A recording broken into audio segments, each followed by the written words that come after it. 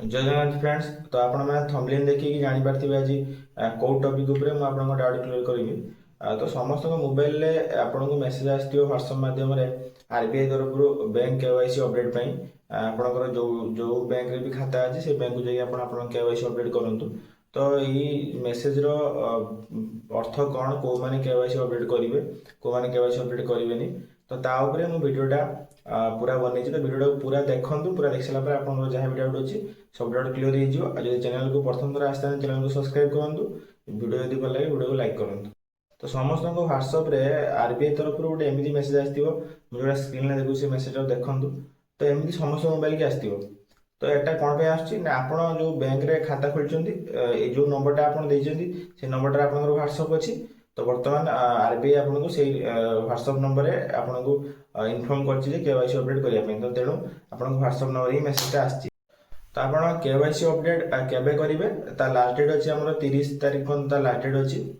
तो कौटी करेंगे आप जो भी आपंकर जो बैंक रे खाता अच्छी से बैंक को जाकि केवाईसी अपडेट करेंगे किंबा से बैंक द्वारा आप पंचायत रो कि गाँव में जो कैंप हो कैंप को जाकि भी आप केवाईसी अपडेट करेंगे।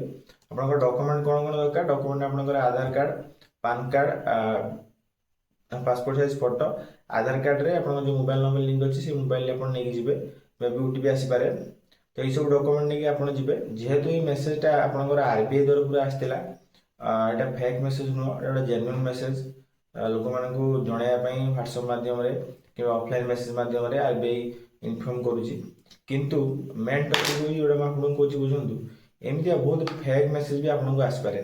बहुत माने स्कैमर माने कोन करंदी व्हाट्सएप माध्यम रे एमती आरबीआई आपन को जो बैंक रे खाता अछि से स्टेट बैंक हो इंडियन बैंक हो किंबा पंजाब नेशनल बैंक हो कि इंडसइंड बैंक हो से बैंक रू से लिंक पठे देबे आपन को व्हाट्सएप माध्यम रे मेसेज कर देबे बैंक रो लोगो लगे कि जे आपण ए लिंक क्लिक करंतु आपनकर लोन अप्रूवल हे जिवो आपनकर 2 लाख टका लोन सांगे सांगे खाता को जिवो कि आपनकर केवाईसी अपडेट मागुची आपनकर बैंक रे प्रोफाइल अपडेट मागुची।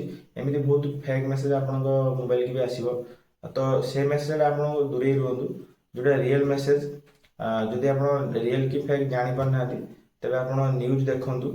आम जो आम भाई जो मैंने किसी कम्युनिकेशन वाला यूट्यूब वीडियो पोस्ट कर वीडियो देखंतु जेन्युइन जोटा होता से काम करूँ। बैंक कौन व्हाट्सएप माध्यम कि ऑफलाइन माध्यम कौन केवाईसी अपडेट पाई कि लोन अप्रूवल कौन लिंक पठाएनि।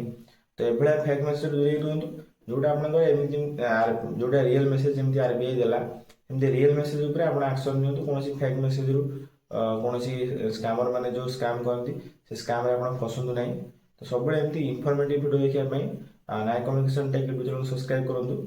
जोटा जेन्युइन जिनस थी जोटा आपको इनफॉर्मेटिव वीडियो थी जोटा किसी इनफॉरमेशन आप पाइपर से भाया वीडियो को लेकिन आम वीडियो बनाऊँ। तो आप सब जेन्युइन वीडियो देखा आम चैनल साथ जोड़ी रुहतु।